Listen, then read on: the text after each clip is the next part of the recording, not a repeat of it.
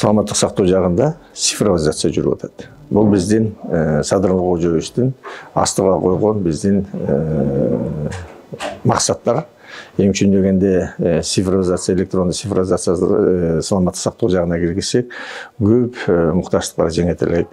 Ошол цифровизацияда бизде көйгөйлүк болуп аткандай, көп региондордо врачтардын компьютер менен камсыздоосу аз болчу.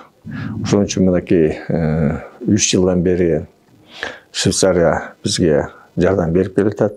Буга чейин 418 компьютер и 300-ден ашык бизге принтер берилген. Ал бүт бардык биздин областтарга кеткен. Бүгүнкү күндө 320 компьютер и принтер жанакы өзүбүздүн мына сервер деп коет, ошого 2 сервер коюп берип атат. Ал компьютерлердин бардыгы Баткен, Чүй областы, Жалал-Абад областы и Ош, Бишкек шаарындагы үй бүлөлүк ооруканаларга берилет.